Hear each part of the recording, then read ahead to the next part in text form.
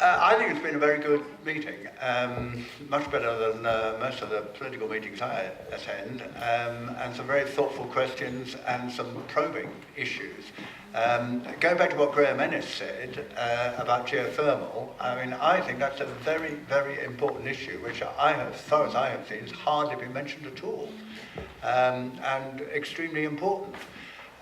How do we get the political emphasis onto renewables? Because so much of the discussion in Westminster, politically in the media, and to some extent here, carbon capture and storage is about extending the life of fossil fuels. And there's nothing like enough emphasis about actually exploiting the enormous opportunities that we have with renewables. There is this sort of obsession that nuclear is reliable because it's a great big dinosaur sitting there in the countryside, whereas renewable decentralized energy is very unreliable because it's the intermediacy of wind power, the uncertainty that when you actually need it, the energy will be available. And there is an issue about storage here, which I don't think has been fully answered, but it is true, provided you have the network in place, that even if the wind isn't blowing in one part of the UK, it's almost certain to be blowing in several others. So I think it's a very insubstantial objection, in my view, but it's the main one used.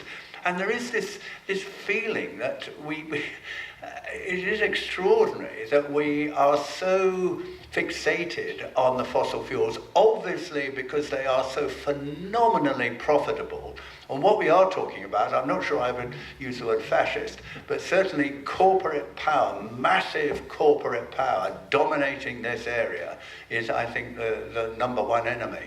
And getting public opinion to switch from that, we come back to this whole issue which has been in this meeting, the importance of social movement, of demonstrations, of people getting together, defending their neighbourhood, interconnected across the country and fighting back against the government. I think that's extremely important and I've learned a lot, and thank you.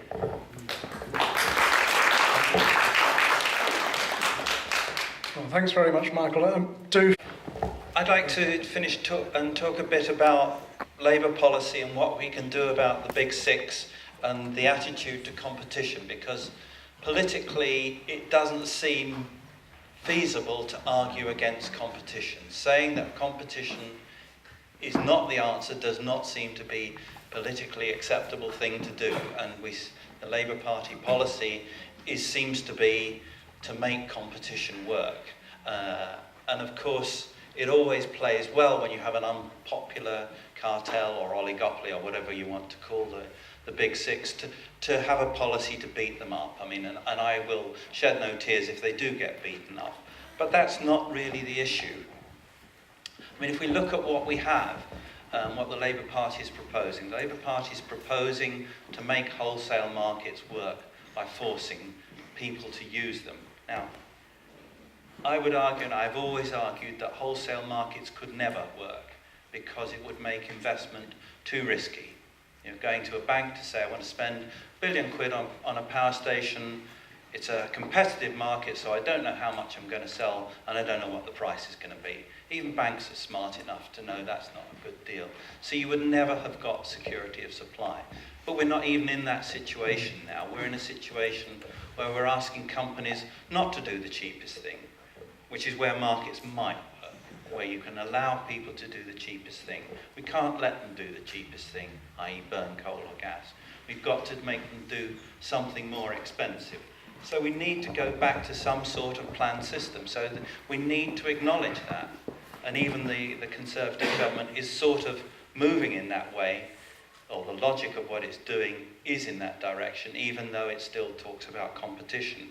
What about retail competition? Of course, it's very satisfying to go onto your Go Compare site and find that you've saved 50 quid a year by switching from one supplier to another.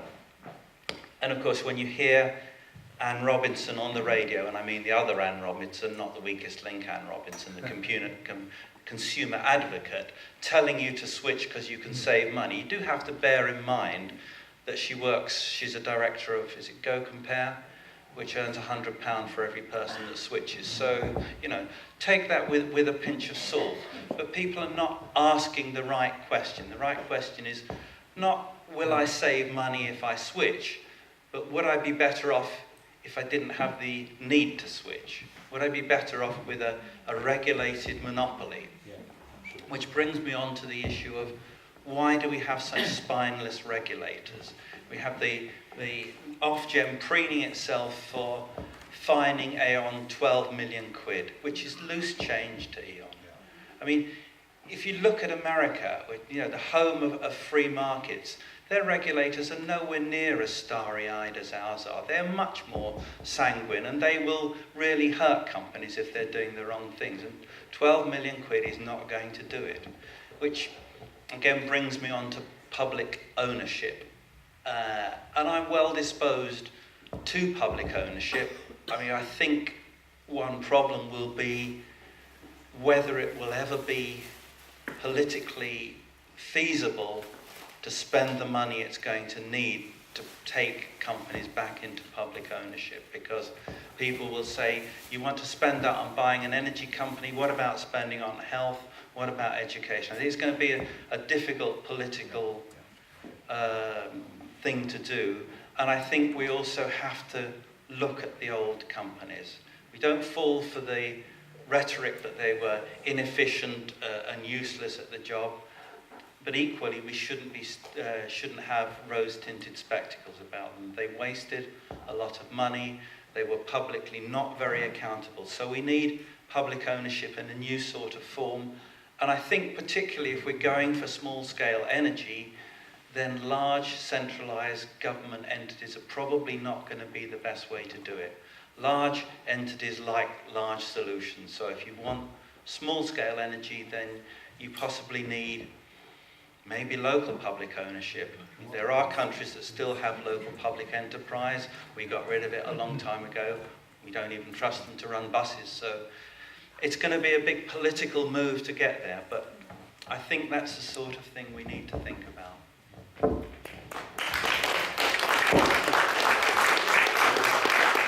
Thanks very much, Stephen. Thank you. Really, I think with two things I want to emphasise. One is, please do, if you didn't know before about fracking or energy issues, go away, look up, wherever you get your information, go and find more, talk to other people. But also really do try and engage other people, whether it be neighbours or family, or whether it be politicians that, are meant to be representing you and your views.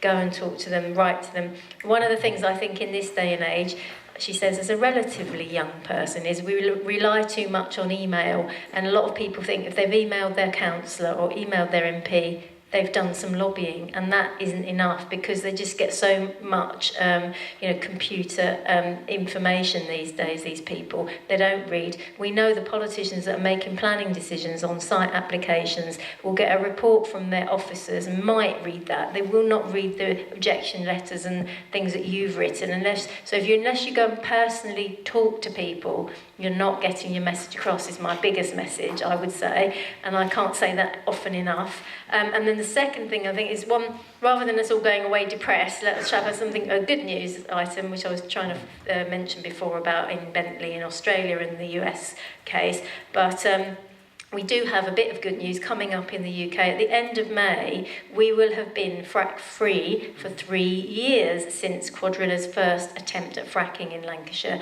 And that is no mean achievement, given how much the government is behind the fracking industry. And it may sound like, we've had a success at Balcombe, or we've stopped them in places. We do need to still be vigilant, but we do need to celebrate our successes. And Friends of the Earth is doing something called a thunderclap. How many people here have heard of that before? No. Well, if you're into social media, you would have done, because on Facebook, Twitter or Tumblr, you can sign up and everybody will be shouting about this 3-year anniversary of frack-free news, because what happens is, this is us trying to fight against the obfuscation I was talking about, trying to put out there the good news, because the industry will hate that news, and it's things like that we need to keep telling that story. Thank you.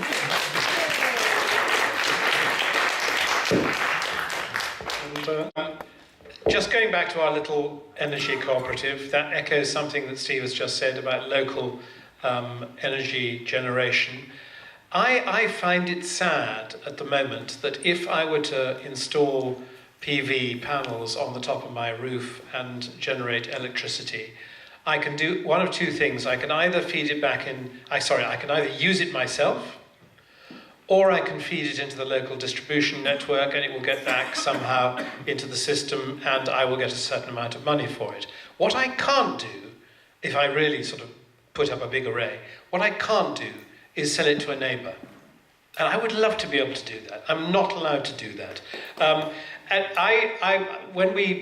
one of our big problems with our energy cooperative is actually connection to the local distribution network. And unless you have a good connection near the array, whether it's in a field, on a warehouse, wherever, it is phenomenally expensive to actually build one. And so I said, well, you know, who owns this? I think it's called UK Power Networks. Is it, I said naively, still government owned? No, of course it isn't. It's owned by a company in Hong Kong. So, you know, we are faced, it seems, at every turn with huge corporations that want to make money out of us.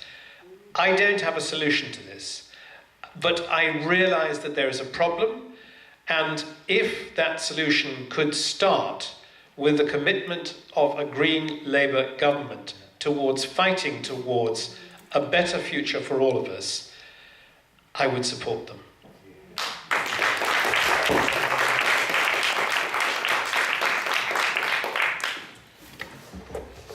Well, thanks very much for that